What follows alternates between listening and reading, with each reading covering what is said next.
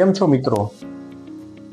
થોડા સમય પહેલા અમારી પાસે વાલી આવ્યા હતા. એના 14 વર્ષના દીકરાની આંગળી વળતી ન હતી અને જ્યારે વાળે તો થોડી ત્રાસી એક બીજી આંગળી ઉપર આવી રીતે ઓવરલેપ થતી હતી.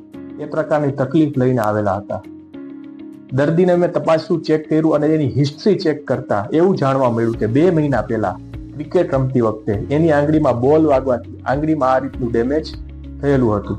હવે જે તે સમયે બરોબર સારવાર લીધેલી ન હતી અને પરિણામ એવું આવ્યું કે 2 મહિના પછી એની આંગળી છે ત્રાસી જોઈન્ટ થઈ ગઈ અને આ રીતનો ફોલ્ટ રહી ગયો. એ સંપૂર્ણપણે મુઠ્ઠી નહોતો વાળી શકતો અને બીજા કામમાં પણ એને પ્રોબ્લેમ રહેતો હતો. અમે જ્યારે એનો એક્સરે ચેક કર્યો ત્યારે અમને જાણવા મળ્યું કે એનું જે આંગળીની ઉપરનું જે હાડકું હોય છે, સાંધાનું હાડકું, એ ફ્રેક્ચર થઈને કમ્પ્લીટ પાછળ ખસી ગયું છે અને થોડું ત્રાસું પણ છે, જેને કારણે આ પ્રકારનો પ્રોબ્લેમ જોવા મળે છે. અત્યારે આ પ્રકારના કેસીસ ખૂબ જ વધી ગયા છે. અમે આ કેસને લીધો અને એમને કીધું કે ના, તમને સારું થઈ જશે, તમે જરાય ચિંતા ન કરતા. અત્યારે હવે અમારી પાસે ચેલેન્જ એ હતી જે ઓપરેશન વખતે અમને જાણવા મળ્યું, તમને સમજાવું છું કે ઓપરેશન વખતે જ્યારે અમે ખોલ્યું તો હાડકું સંપૂર્ણપણે ત્રાસું જોડાઈ ગયું હતું.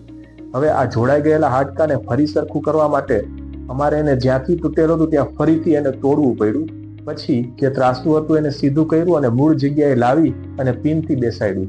આ રીતે ઓપરેશન કરવાથી થોડા સમય પછી ફિઝિયોથેરાપી બાદ દર્દીની આંગળી સંપૂર્ણ પહેલાની જેમ નોર્મલ મૂવમેન્ટ કરતી થઈ ગઈ.